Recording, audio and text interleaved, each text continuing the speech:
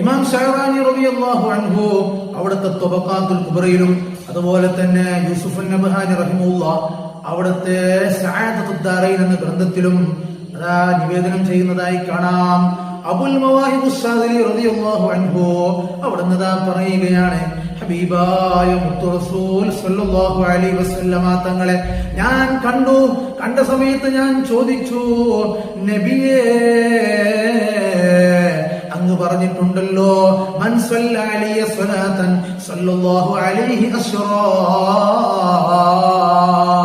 അതെന്റെ മേലിൽ ഒരാൾ ഒരു സ്വലാത്ത് ചൊല്ലിക്കഴിഞ്ഞാൽ അല്ലാഹു തആല അവനക്ക് 10 സ്വലാത്ത് ചൊല്ലും, അഥവാ 10 ഗുണം ചെയ്യുമെന്ന് തങ്ങൾ പറഞ്ഞിട്ടില്ലേ? ആ പറഞ്ഞത് ഹൃദയ സാന്നിധ്യത്തോടു കൂടെ ചൊല്ലിയവനിക്കാണോ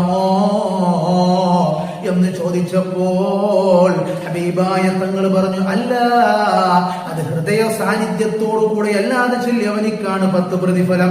അങ്ങനെ ഹൃദയ സാന്നിധ്യത്തോടു കൂടെ തന്നെ ചൊല്ലിക്കഴിഞ്ഞാൽ ലാ യഅലമു സവാബഹു ദാലിക ഇല്ലല്ലാഹ്, അതിന്റെ പ്രതിഫലം അല്ലാഹു തആല അല്ലാതെ വേറെ ആർക്കും അറിയൂല. അതിന്റെ പ്രതിഫലം എണ്ണിത്തിട്ടപ്പെടുത്താൻ പറ്റാത്തതാണ്.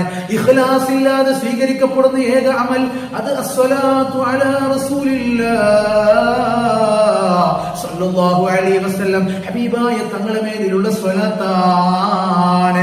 ആ സ്വലാത്ത് ഇഖ്ലാസ് ഇല്ലാതെയും സ്വീകരിക്കപ്പെടും. പക്ഷേ ഇഖ്ലാസ് ഉണ്ടായി കഴിഞ്ഞാൽ വളരെ ആത്മാർത്ഥതയോടുകൂടെ ഹൃദയ സാന്നിധ്യത്തോടുകൂടെ ഒരാൾ ചൊല്ലിക്കഴിഞ്ഞാൽ അതിന്റെ പ്രതിഫലത്തിന് അറ്റമില്ല, പരിധിയില്ല.